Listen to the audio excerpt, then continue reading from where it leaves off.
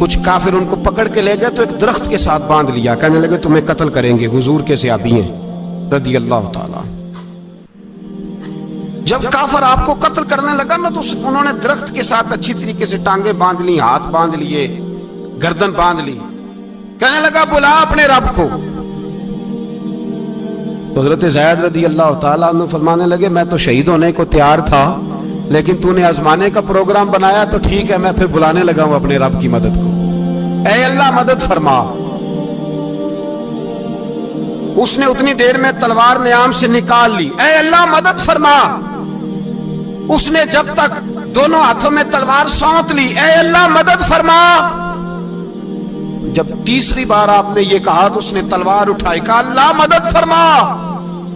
حضرت زید رضی اللہ تعالیٰ عنہ کہتے ہیں جب چوتھی بار میری زبان سے لفظ نکلے، کافر کے ہاتھ میں تلوار تھی پر گردن بھی اس کی کٹ کے نیچے گر گئی، کہ گردن کٹ کے اسی وقت نیچے گری۔ مجھے کسی نے کھولا، نہ مارنے والا نظر آیا، نہ گردن کاٹنے والا نظر آیا، نہ مجھے کھولنے والا۔ تو میں نے کہا آنے والے تو بتا تو سوئی تو کون ہے؟ تو کہنے لگے میں جبریل امین ہوں، میں جبریل امین ہوں، میں جبریل، مجھے دشمنوں نہ چھیڑو، میرا ہے کوئی جہاں میں، مجھے دشمنوں نہ چھیڑو، میرا ہے کوئی جہاں میں ابھی پکار لوں گا، نہیں دور ہے مدینہ۔ کہا جب تو نے، حضرت جبریل کہنے لگے جب تو نے پہلی دفعہ کہا نا اللہ مدد فرما تو میں سدرۃ المنتہا پہ تھا، مجھے حکم ہوا جبریل دیر نہ کرنا۔ فرماتے ہیں جب دوسری دفعہ تو نے کہا نا اللہ مدد فرما تو میں 7ویں آسمان پہ تھا، اور جب تیسری دفعہ کہا مدد فرما تو میں پہلے آسمان پہ تھا، اور فرمایا جب تو نے کہا چوتھی دفعہ اللہ مدد فرما تو میں تیرے سرانے کھڑا تھا، میں تیرے سرانے۔ تو بھائی اب تو اجتماعی دعا بھی نہیں رہی ہماری، اب تو یہ والا سوتا بھی، اکبر الآبادی نے کہا تھا مصیبت میں بھی اب یاد خدا ہم کو نہیں آتی، دعا منہ سے نہ نکلی جیبوں سے عرضیاں نکلی۔ حضرت عمر فاروق اللہ اکبر، حضرت عمر جیسا بندہ 24 لاکھ مربع میل کا حکمران، اور شاہ روم کو خط لکھ کے کہتا ہے میں منت نہیں کرتا میں حکم دیتا ہوں، اتنا تگڑا بندہ۔ جنگ قادسیہ کے لیے حضرت سعد بن ابی وقاص کو بھیجا، فتوح شام پڑھ کے دیکھیں۔ حضرت عمر بڑے پریشان ہیں، اتنے دن ہو گئے کوئی رپورٹ ہی نہیں آئی۔ اب تو موبائل ہے نا، ایک ایک منٹ کی رپورٹ لیں آپ، بلکہ آپ ایک ایک منٹ کی فوٹو لیں، آپ رپورٹ تو دور رہ گئی۔ حضرت عمر فاروق رضی اللہ تعالیٰ عنہ بڑے پریشان ہیں کہ قادسیہ میں حضرت سعد بن ابی وقاص کے ساتھ لوگ جہاد کرنے گئے، رپورٹ کوئی نہیں آ رہی۔ اتنے پریشان تھے کہ باہر نکل کے نا اس رستے پہ بیٹھ جاتے جو رستہ قادسیہ کی طرف سے آتا تھا، جو بھی آتا جاتا پوچھتے جنگ کے کیا حالات ہیں۔ ادھر جب اللہ نے فتح دے دی نا تو حضرت سعد بن ابی وقاص رضی اللہ تعالیٰ عنہ نے ایک قاصد کو خط دے کے بھیجا، کہنے لگے عمر کے پاس جاؤ، انہیں اطلاع دو کہ الحمدللہ اللہ نے اسلام کو فتح عطا کر دی۔ یہ حضرت عمر کو جا کے دینا، وہ بڑے پریشان ہوں گے۔ وہ جو اس زمانے میں اس طرح ہوتا تھا کہ کئی دور دور سے صحابہ جو دوسرے شہروں کے ملکوں کے رہنے والے ہوتے تھے وہ بھی آ کے شامل ہو جاتے تھے جہاد میں۔ کوئی 1 دفعہ مدینے آیا، کوئی 2 دفعہ آیا، پھر اپنے اپنے علاقوں میں بہت سارے لوگوں نے زیادہ دفعہ حضرت عمر کو دیکھا بھی نہیں تھا۔ وہ جو قاصد خط لے کے آیا تھا نا، اس نے 1 دفعہ دیکھا تھا، حضرت عمر بوڑھے ہو گئے، وہ پہچانتا نہیں تھا۔ ادھر سے وہ خط لے کے آ گیا، حضرت عمر مدینے سے باہر نکل کے اس روڈ پہ بیٹھے تھے جو قادسیہ سے آتا تھا۔ جب اس آدمی کو آتے دیکھا تو حضرت عمر اٹھ کے کھڑے ہو گئے، فرمانے لگے قادسیہ سے آ رہے ہو؟